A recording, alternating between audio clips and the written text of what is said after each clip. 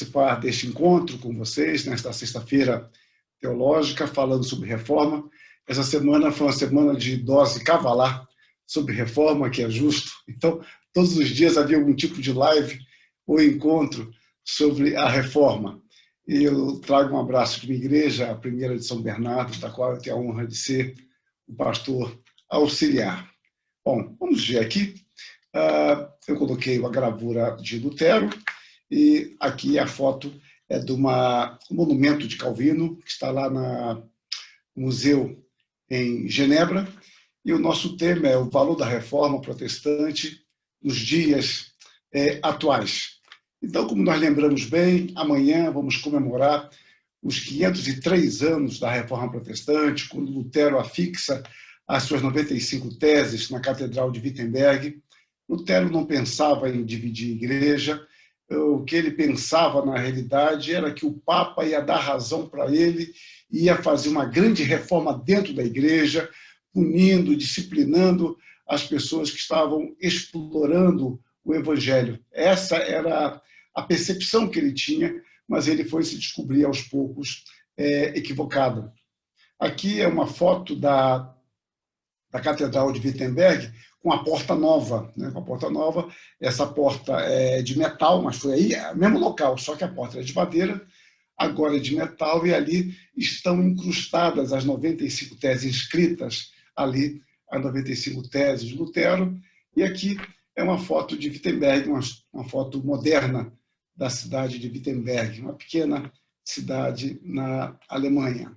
Bom, eu estou indo para o capítulo 2, porque o 1 eu ocultei, que eu não quero gastar tempo com questão das causas da reforma, porque não é o meu tema, e também o tempo é pouco.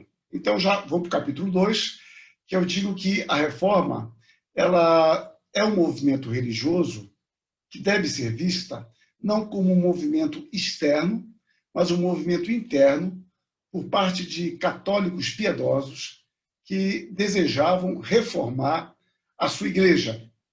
E nós temos que entender que a reforma ocorre dentro de um fenômeno histórico. A reforma não vem pronta do céu.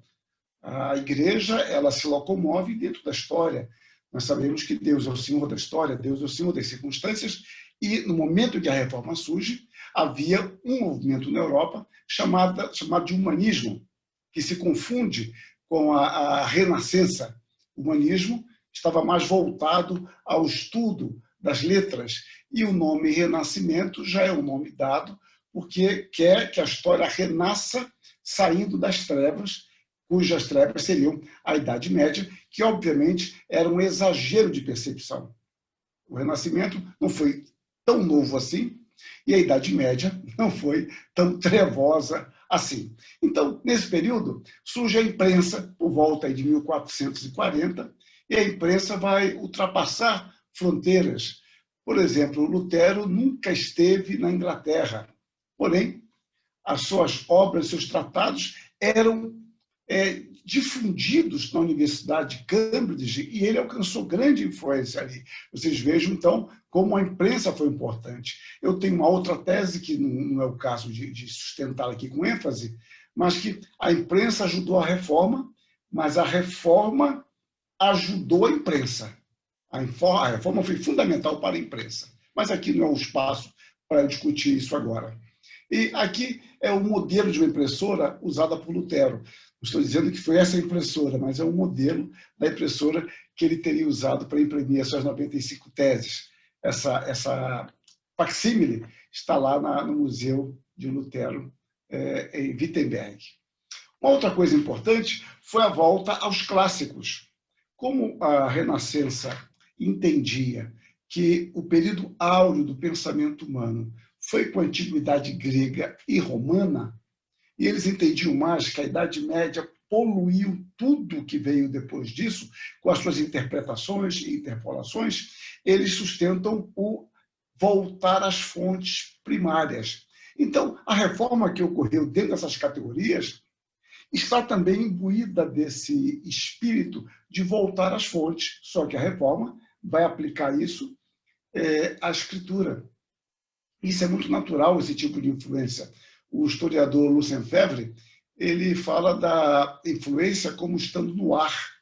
Você não a vê. É um clima. Há um clima de ideias, um clima de valores. Então, a reforma, ela como um movimento religioso, teve um grande alcance cultural, ético, pedagógico, social e político na Europa e, posteriormente, em todo o Ocidente. Por que isso? Porque quando alguém aderia à reforma sinceramente, isso trazia implicações em todas as áreas da sua vida. A reforma, ela, em sua própria natureza e constituição, era revolucionária. Por isso, o historiador contemporâneo, Alistair McGrath, afirma bem que a reforma ocupou e deve continuar a ocupar um legítimo e significativo lugar na história das ideias.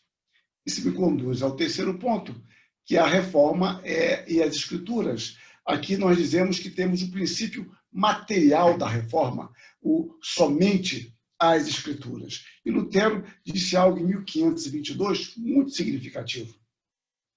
Simplesmente ensinei, preguei, escrevi a palavra de Deus, não fiz nada. Então, enquanto eu dormia ou bebia, a palavra enfraqueceu tão intensamente o papado que nenhum príncipe ou imperador jamais fez estrago assim. Não fiz nada. A palavra fez tudo. Um testemunho belíssimo de Lutero. Bom, na reforma nós vamos encontrar, a primeira coisa que eu destaco é um novo quadro de referência. Quadro de referência, eu costumo dizer que é a janela por onde você olha a realidade. Você olha a realidade a partir de onde você está. E esse, a partir de onde você está, envolve lentes. Essas lentes são pressuposições que você carrega com você. Então, nós não fazemos nada sem pressuposições. Quando eu estou no Rio de Janeiro, por exemplo, e vou pegar o ônibus 350, acho que ele ainda existe, acho que é isso, 350, Bento Ribeiro Passeio. Eu dou o sinal para o ônibus, entro, e eu pressuponho que aquilo que está escrito no itinerário é verdade. Que aquele ônibus vai para aquele lugar. Eu só posso ter dúvidas se eu não olhei bem o número ou se há dois itinerários, se ele vai passar, por exemplo, lá em Gente Dentro, ou não, se vai passar do Maracanã, ou não. Mas, fora isso, eu confio. Então, são pressuposições que você tem. Quando você acorda de manhã, você pressupõe que seu despertador está marcando o horário correto. Por isso que ele despertou naquele horário e você se levanta. E algumas vezes a gente se dá mal no horário de verão, né? No horário de verão as pessoas se atrasam para a igreja porque não percebem a mudança de horário. Mas isso funciona nas coisas simples e também nos valores, nos princípios teóricos que nós carregamos. A reforma vai começar a ler a Escritura de forma diferente. É por isso que a gente diz, é um consenso, de que a reforma foi o evento do campo da hermenêutica, do campo da interpretação bíblica. O segundo ponto que eu destaco é a escritura e a tradição. Às vezes, nós protestantes somos levados a pensar que os reformadores chegaram à Bíblia, eliminaram tudo que veio antes e pronto. Não foi assim. Os reformadores se valeram das contribuições da patrística, dos pais da igreja, de grandes contribuições, aceitaram coisas, discordaram de coisas, se valeram da história, da exegese. Então, isso é evidente lendo os reformadores. Mas e a tradição e só a escritura? Bom, o que os reformadores queriam dizer com só a escritura é que a tradição, ela, para ser aceita, ela tem que passar pelo crivo da palavra. Então, a tradição, ela não tem autoridade por si só. Ela não se autentica como tal. Calvino diz isso das Institutas, quando ele fala da palavra, né? A palavra se autentica. A tradição, não. Eu devo olhar a tradição, posso me valer dela, mas ela terá uma autoridade sempre derivada da Escritura. Então, a tradição tem autoridade, mas a autoridade derivada. Somente as Escrituras significa que somente a Escritura é, de fato, a palavra de Deus infalível. Terceiro ponto que eu destaco é o conceito de graça comum. Isso vai ser muito importante para a ciência, inclusive. Esse conceito, você encontra já uma linha sobre ele em Justino Marte, lá no ano 167. Agostinho depois explora um pouco mais isso e Calvino desenvolve. O princípio da graça comum é o seguinte, é que Deus abençoa materialmente todas as pessoas. Ele faz vir o sol, a chuva, sobre bons e maus, justos e injustos. Então, qualquer ser humano pode chegar a conclusões verdadeiras, independentemente dele ser um crente ou não. Um homem ímpio pode chegar a conclusões verdadeiras, não no campo da salvação. Mas ele pode fazer descobertas científicas, tecnológicas, ele pode criar música, ele pode desenvolver novos arranjos, ele pode trazer contribuições tecnológicas que facilitam a vida. Então, dentro desse princípio que Calvino sustenta, partindo da questão de que toda a verdade é de Deus, onde essa verdade estiver, aonde eu for procurá-la e ela estiver, eu posso me valer dela. Porque se alguém chegou a uma conclusão verdadeira, tudo bem, eu posso me valer daquilo. E se alguém pode ter usado aquilo erradamente, ou nem descobriu o potencial daquilo, não importa, mas aquilo é verdade.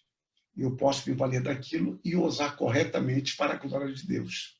Isso teve um efeito muito amplo em todas as áreas do saber, porque nós já não ficamos limitados apenas a autores cristãos, a uma pesquisa cristã. O ímpio disse algo verdadeiro, me vale disso, porque se ele chegou à verdade, é porque Deus assim o fez. A ciência, ela evoluiu bastante com isso, porque a ciência ela se desenvolveu acentuadamente nos países cristãos e, de um modo especialíssimo, no protestantismo. Quando você estuda a história da ciência na Inglaterra, ela estava em grande parte na mão de puritanos. Os puritanos ocupavam a maior parte, houve momentos que os puritanos ocuparam a maior parte das cadeiras da Academia de Ciências de Londres. Para vocês terem uma ideia, só para me ocorre aqui citar, Isaac Newton era de formação puritana, dava aula em escola puritana, basta ver os princípios matemáticos dele, como ele começa falando de Deus, o Pancátron, né? Deus que é o Todo-Poderoso. Quando você vê Leibniz, embora não é na Inglaterra, Leibniz, que era alemão, era luterano, Hegel era luterano, Kant era pietista, John Locke calvinista, Berkeley era episcopal. Então, isso é uma coisa muito comum, muito comum. E no campo da ciência, é interessante ver o Christoph Hill estudando isso, um autor marxista, mostrando como a cultura britânica se desenvolve em torno da escritura, de modo especial da King James, graça comum. Um outro aspecto importante na reforma é a divulgação da escritura. A reforma crê que Deus fala por meio da sua palavra. E se Deus fala por meio da sua palavra, e um princípio que os reformadores sustentam é de que a palavra de Deus é clara, ela pode ser compreendida salvadoramente, porque além dela ser clara, o Espírito testifica em nós, ela tem que ser colocada na língua do povo. Eles têm que pregar a Escritura, têm que divulgar as Escrituras sagradas. Então, o que vai acontecer com a reforma é uma grande ênfase na tradução das Escrituras, coisa que não havia preocupação. Podia alguém aqui, outro ali, falar sobre linguagem do povo. Quando eu falo linguagem do povo, é linguagem nativa. Porque era o latim, que era a grande língua. Os intelectuais sabiam latim. Então, eu escrevo em latim, porque eu fui formado assim. E se eu quero atingir o mundo acadêmico, eu escrevo em latim, que todo mundo pode me ouvir, pode me entender. Então, essa ideia de escrever na sua língua, quando você estuda a história das bibliotecas, a história da leitura, a história da escrita, né, é interessantíssimo esse tipo de história. As línguas nativas, elas não tinham projeção. As estatísticas são mínimas em termos de publicação. Mas agora os reformadores querem traduzir a Bíblia. E Lutero vai ser fundamental com a sua tradução do Novo Testamento em 1522. Ele vai ser fundamental para fazer isso, se baseando na edição grega de Erasmo, que já havia corrigido a primeira, né? Erasmo edita o Novo Testamento grego em 1516, depois ele revisa e corrige muitos erros na segunda edição de 1519. Bom, eles querem traduzir a Bíblia. A ênfase é essa mesmo. Mas há um problema. Não adianta colocar a Bíblia em francês se o francês é analfabeto. Não adianta colocar em alemão se o alemão é analfabeto. A ênfase na alfabetização. Então nós temos que alfabetizar as pessoas para poder ler também a Bíblia. Que a Bíblia abre nossa mente e a partir da leitura das Escrituras é que eu vou poder exercer a minha liberdade.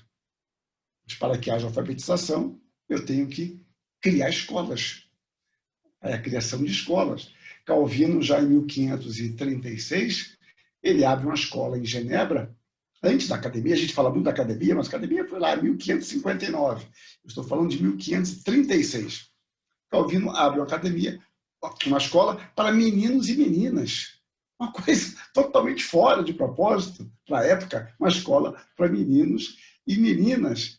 Lutero, em 1524, já começa a escrever aos príncipes, em 1529, para que o Estado mande as crianças para a escola, para que os pais sejam obrigados a enviar seus filhos para a escola, porque a ignorância se torna uma armadilha e Satanás leva grande vantagem sobre isso. Ele insiste com esse ponto.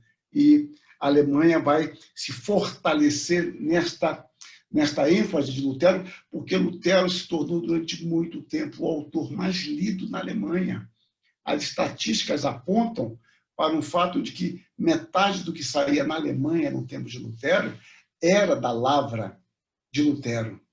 E Lutero vai unificar a língua alemã, que ela tinha vários dialetos. E Lutero teve um grande amigo, que depois se tornou amigo de Calvino também, o Melanchthon, que vai se tornar um grande, além de teólogo, um grande educador. É uma espécie de primeiro-ministro da Alemanha, e a Alemanha ficou imbatível no campo educacional até o século XIX. As ênfases na reforma, na educação. Bom, um outro ponto importante da reforma é a fé explícita. O que significa isso? A reforma entende, Lutero levanta essa questão, Calvino também, e Calvino a desenvolve. É de que você não pode pertencer à Igreja de Cristo fundamentado na ignorância. Como é que é isso? É porque o conceito medieval sustentava uma fé implícita. É aquela fé que você demonstra ter sem saber que tem. É como uma criança que é levada pelo braço, pela mãe, carregada para cá e para lá, e agora você vai sozinho. Ah, não sei, mas meu filho, eu fui tantas vezes com você. Ah, mãe, mas eu nunca, você de mão dada, eu ia olhando as casas, a vitrine, nunca prestou atenção. É uma fé implícita, o filho confia na mãe. Então, a ideia é, quando eu estou na igreja romana, eu creio no que a igreja crê, embora eu não saiba o que ela crê. Calvino vai dizer, não. Para alguém se tornar de fato protestante, evangélico, ele tem que conhecer aquilo que nós cremos. Então vai dar ênfase à educação cristã. Aí vejo a ideia lá atrás de escola, alfabetização, para que as pessoas possam dizer, não, eu creio, eu entendo, eu quero, é isso que eu quero. Isso é um ponto fundamental, que até hoje, por exemplo, as igrejas presbiterianas mantêm as classes catecúmenos. Os outros evangélicos, às vezes, fazem classe chamado como é que chama, de primeiros passos, ou tem outro nome que é muito comum, que me foge agora, discipulado. Discipulado, mas é a ideia de instruir. A reforma fala da fé explícita. Isso vai trazer como implicação a educação, que está associada lá com a festa, com a ideia de educar, ensinar a ler, traduzir a Bíblia. Isso traz também o princípio das confissões. O século XVI foi o século das grandes confissões. Por quê? Porque a reforma ela não se fundamenta em ignorância, mas no conhecimento. Então, eu tenho que dizer com profundidade, com simplicidade, aquilo que nós cremos. Porque, no primeiro momento, eram todos contra a Igreja Romana. Tá, os insatisfeitos. Com o passar do tempo, eles começam a se olhar e observam que eles têm pontos também de discordância, como, por exemplo, na administração da igreja, a Santa Ceia, que foi um assunto de grandes debates. Então, é necessário que eles expliquem a sua fé. E as confissões foram o caminho que eles usaram para dizer, olha, nós cremos desta forma. E eu poder ensinar ao fiel. Olha, nós sustentamos isso, isso, isso. Então, as confissões vêm como um ingrediente da fé explícita. Um outro aspecto é o culto inteligente. O culto medieval era um culto em latim. Grande parte dos padres nem latim sabia falar, decorava fórmulas. A questão do culto medieval era mais no imaginário, pela construção do templo, a entrada no templo mais escuro, para você sentir a ideia de pequenez, de pecado, o padre de costa lá na frente, falando uma língua que você não sabe, os vitrais enormes, estátuas grandes. Então, a ideia é sempre de pequenez, você é pequeno ali, mas você não está entendendo coisa nenhuma. Bom, a reforma defende que o culto tem que ser compreensível. Eu tenho que pregar na língua do povo. E agora a língua do povo já não é só em francês, é no francês compreensível, é no inglês compreensível às pessoas. Então a reforma vai enfatizar o púlpito no centro. Por que o púlpito no centro? Por causa da centralidade da palavra. A palavra está no centro e é a partir dali que nós somos orientados, somos instruídos, somos exortados. Então, o culto você tem que acompanhar com inteligência, tem que pensar sobre aquilo, tem que avaliar o que está sendo cantado, o que está sendo dito. O meu amém não pode ser uma repetição vazia. Quando eu digo amém, eu estou me comprometendo com aquilo. Eu entendo. Logo, eu tenho que preparar pastores muito bem preparados para que entreguem a mensagem com fidelidade. Isso vai trazer uma reviravolta na homilética, nos estudos das Escrituras. É um campo com várias implicações. Bom, a pregação, então, expositiva. Zwinglio, antes de Calvino, foi um grande pregador e deve ter influenciado muito Calvino nisso, de expor as Escrituras sistematicamente. Então, Calvino foi um grande expositor de pregar a Bíblia, pegar o livro da Bíblia e expor, não ficar pegando coisas avulsas de acordo com seus interesses, mas a ideia de levar a igreja a compreender a evolução do livro, a mensagem do livro. Mas isso, então, depende de quê? De um pregador habilidoso, que conheça bem, porque ser um expositivo dá muito trabalho, alguém que dependa da direção de Deus e de um auditório que queira entender e aplicar essa palavra. Um outro aspecto é a ética do trabalho e vocação. Isso foi mais enfatizado por Calvino. A questão de que não há vocação pecaminosa, no sentido de que... Deixa eu reconstruir isso aqui, é melhor. Eu vou tirar a palavra pecaminosa. Não há uma vocação imoral que venha de Deus. Ou seja, quando Deus nos chama, Ele nos chama, dentro da sua santidade, para desempenhar tarefas que socialmente podem ser melhor consideradas ou pior consideradas. Não importa. Nós somos chamados a obedecer a Deus, aonde Ele nos mandar, onde Ele nos colocar. Qual é a nossa vocação? Nossa vocação é fazer o que está diante de nós para ser feito.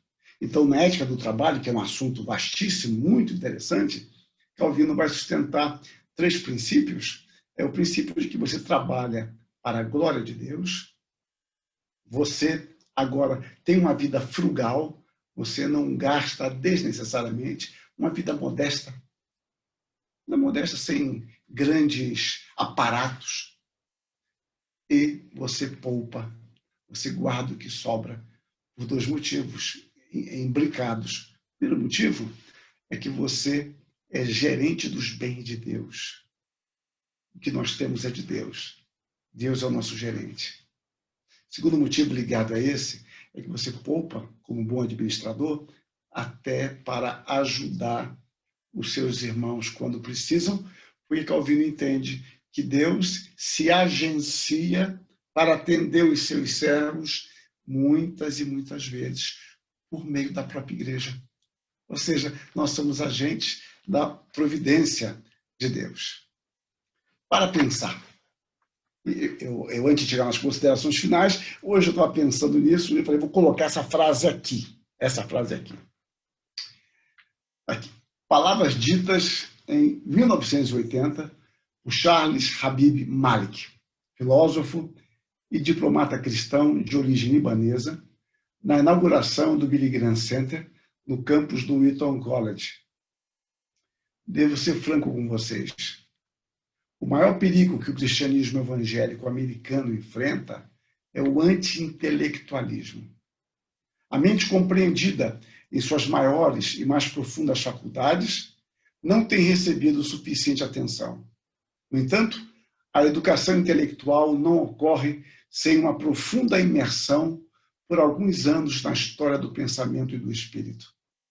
Aqueles que estão com pressa de sair da faculdade e começar a ganhar dinheiro ou a servir na igreja ou a pregar o evangelho não têm ideia do valor infinito de se gastar anos conversando com as maiores mentes e almas do passado, desenvolvendo, afiando e ampliando o seu poder de pensamento.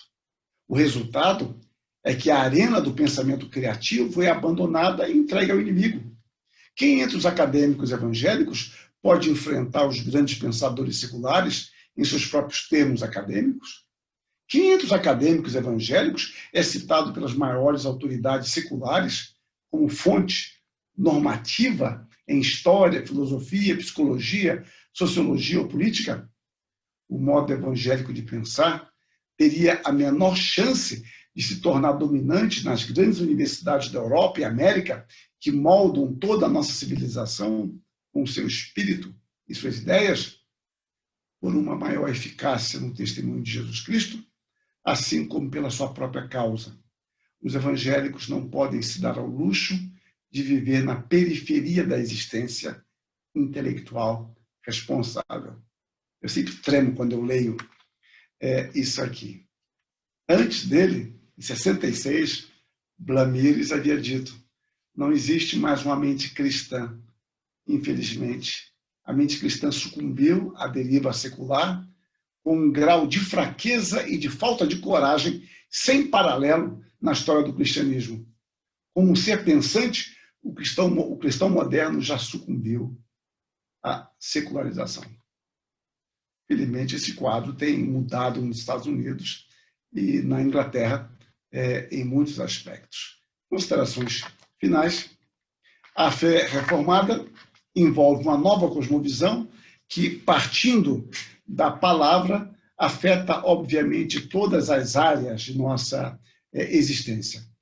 Devemos estar atentos ao fato de que ser reformado envolve uma cosmovisão unificada que se reflete em nossa maneira de ver e atuar no mundo. Toda e cada faceta de nossa existência deve ser envolvido por esta visão. Uma questão angustiante para mim, eu tenho chamado a atenção sempre para isso, é de jovens cristãos competentes. Porém, quando eles se projetam no mundo acadêmico, eles começam a fazer uma divisão entre a sua fé e a sua profissão, como se Deus não entrasse ali, como se a soberania de Deus fosse limitada. Isso não é pensamento reformado. Não há lugar para secular versus religioso. Tudo pertence a Deus. E, aliás, é como eu falava ontem numa live para o pessoal de São João de Meriti, é porque tudo pertence a Deus, é que Jesus Cristo nos manda aí por todo mundo evangelizar, porque o mundo pertence a ele. Não há questão de jurisdição, nem de geográfica, nem jurisdição de saberes. Ser reformado não significa uniformidade, mas uma perspectiva semelhante da vida e da eternidade. Não nos é possível fazer sincretismos teológicos e éticos e ainda assim sobrevivermos como reformados. Não é possível uma teologia reformada fragmentada. Não podemos sustentar uma fé genuinamente bíblica e continuar pensando e crendo como pagãos, apenas mudando o nome das coisas, ou quem sabe passando um verniz, né? Um versículo bíblico aqui e ali para disfarçar, ou eu mudo o nome da coisa. Às vezes eu penso que mudar o nome, eu mudo a essência da coisa. Eu posso mudar o nome. Quando eu mudo o nome, eu mudo a minha percepção. Mas a coisa continuará sendo o que ela é. Não há compartimentos, estanques do ser e do saber, onde a perspectiva teocêntrica não se faça presente de forma determinante em nossa epistemologia doutrinária e existencial. A teologia reformada, com sua ênfase na centralidade das Escrituras, é mais do que um sistema teológico. É, sobretudo, uma maneira teocêntrica de ver, interpretar e atuar na história. O cristianismo não é uma forma de acomodação na cultura, antes de formação e de transformação por meio de uma perspectiva da realidade que redundará necessariamente uma mudança nos cânones de comportamento, alterando sensivelmente as suas agendas e praxes. Ou seja, nós vemos diferente e devemos atuar a partir daquilo que percebemos biblicamente. Isso é um desafio para nós, como reformados. Assim sendo, a nossa fé tem compromissos existenciais inevitáveis. Ser reformado não é apenas um status nominal vazio de sentido. Antes, reflete a nossa fé em ato de formação e transformação. Portanto, é urgentemente necessário que não nos deixemos seduzir pelo fascínio da cultura pagã que nos cerca. Isso é muito difícil, porque nós somos envolvidos nessa cultura, nós estamos dentro dela. E não é que tudo seja mal, mas a essência dela visa nos distanciar do propósito de nossa vida de glorificar a Deus. Então, a teologia reformada consiste numa busca constante de fidelidade a Deus. A transformação cultural é apenas o resultado daqueles que têm os olhos perseverantemente focados na palavra, um coração prazerosamente submisso a Deus e um comprometimento existencial no mundo no qual atua e vive para a glória de Deus. A palavra de Deus, então, ela nos fornece o escopo do nosso pensar e agir. Por intermédio da palavra, poderemos ter uma visão de Deus, de nós mesmos e do mundo. Eu concluo aqui dentro do meu tempo, dizendo que a palavra nos dá o enfoque correto, usando a figura de Calvino de óculos. Por meio das Escrituras, eu tenho um foco correto de Deus. A partir de Deus, eu posso me ver e posso ver a realidade. Isso é um desafio para nós em todas as nossas áreas. Acabou os 40 minutos. Deus nos abençoe. Amém.